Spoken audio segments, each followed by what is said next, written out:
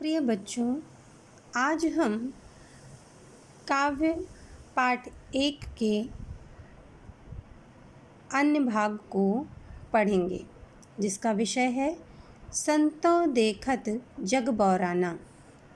आइए हम पढ़ते हैं। संतो देखत जग बौराना।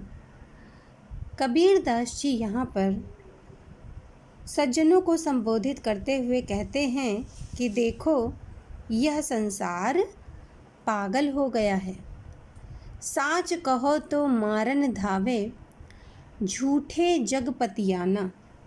जो व्यक्ति यहाँ सच बातें बताता है, उसे यह मारने के लिए दौड़ता है,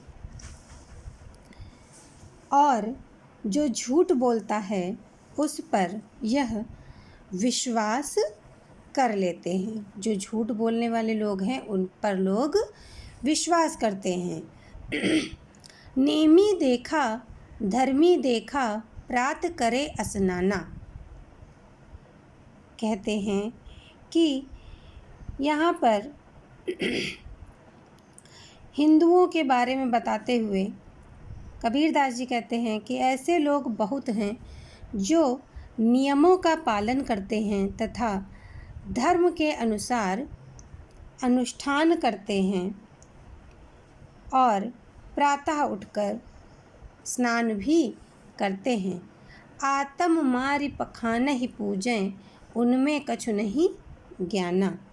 कहते हैं ये अपनी आत्मा को मार कर पत्थरों को पूजते हैं। पखाना ही अर्थात पत्थरों को पूजते हैं, किंतु उनमें किसी भी प्रकार का आत्मचिंतन नहीं है।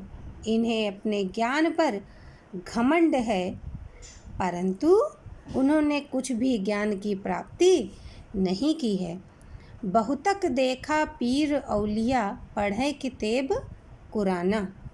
कहते हैं कि मुसलमानों के विषय में बताते हुए कबीरदास जी कहते हैं कि उन्होंने ऐसे अनेक पीर और औलिया देखे हैं जो कुरान का नियमित पाठ करते हैं। मैं कै मुरीद तदबीर बतावें, उनमें उह जो ज्ञाना। कहते हैं कि वे अपने शिष्यों को तरह तरह के उपाय बताते हैं, जबकि ऐसे पाखंडी स्वयं खुदा के बारे में नहीं जानते हैं। आसन मार डिंभ धरि बैठे, मन में बहुत गुमाना। कहते हैं कि वे ढोंगी योगियों पर भी चोट करते हैं और कहते हैं जो आसन लगाकर अहंकार का चोला पहने और उनके मन में जो घमंड भरा हुआ है, ऐसे ढोंगी लोगों के विषय में वह बताते हैं कि वो अपने मन में इतना घमंड भर के बैठे हुए हैं। पीपर पाथर पूजन लागे, तीर्थ गर्भ भुलाना।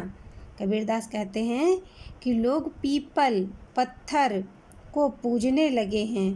वे तीर्थ यात्रा आदि करके गर्व का अनुभव करते हैं। वे ईश्वर को भूल गए हैं। टोपी पहिरे माला पहिरे, छाप तिलक अनुमाना। कहते हैं कुछ लोग टोपी पहनते हैं, माला धारण करते हैं, माथे पर तिलक लगाते हैं तथा शरीर पर छापे बनाते हैं। आपने देखा होगा कि हाथों पर और माथे पर तरह तरह के निशान बनाकर रखते हैं। साखी शब्द ही गावत भूले, आत्म खबर न जाना। कहते वे साखी व शब्द को गाना भूल गए हैं तथा अपनी आत्मा के रहस्य को नहीं जानते हैं। उन्हें किसी भी प्रकार की खबर नहीं है। हिंदू कहे मोहि राम पियारा, तुर्क कहे रहीमाना। क्या कहते हैं कबीरदास जी कि ये लोग सांसारिक जीवन पर घमंड करते हैं। हिंदू कहते हैं कि उन्हें राम जी प्यारे हैं और तुर्क यानी कि मुसलमान कहते हैं कि उन्हें रहीम प्यारे हैं। तो आपस में दो लर मुवे मर्म न काहू जाना। कहते हैं कि दोनों यानी कि हिंदू और मुस्लिम ईश्वर की श्रेष्ठता के चक्कर में लड़ लड़ कर मर रहे हैं, परंतु किसी ने भी ईश्वर की सत्ता के रहस्य को नहीं जाना है कि ईश्वर का कितना असर है, ईश्वर क्या करता है, ईश्वर क्या चाहता है। किसी ने भी ईश्वर की वास्तविकता को नहीं जाना है। घर घर अंतर देत फेरत हैं महिमा के अभिमाना। कहते हैं कि समाज में पाखंडी गुरु जो हैं वो घर घर जाकर लोगों को मंत्र देते फिरते हैं। उन्हें सांसारिक माया का बहुत अभिमान हो चला है।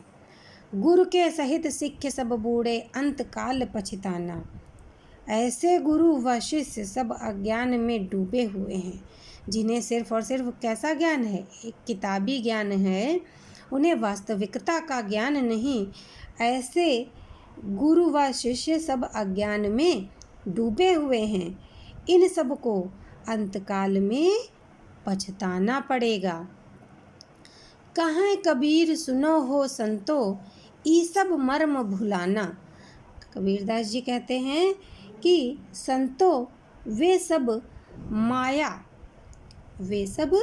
माया को सब कुछ मानते हैं तथा ईश्वर भक्ति को भूल बैठे हैं।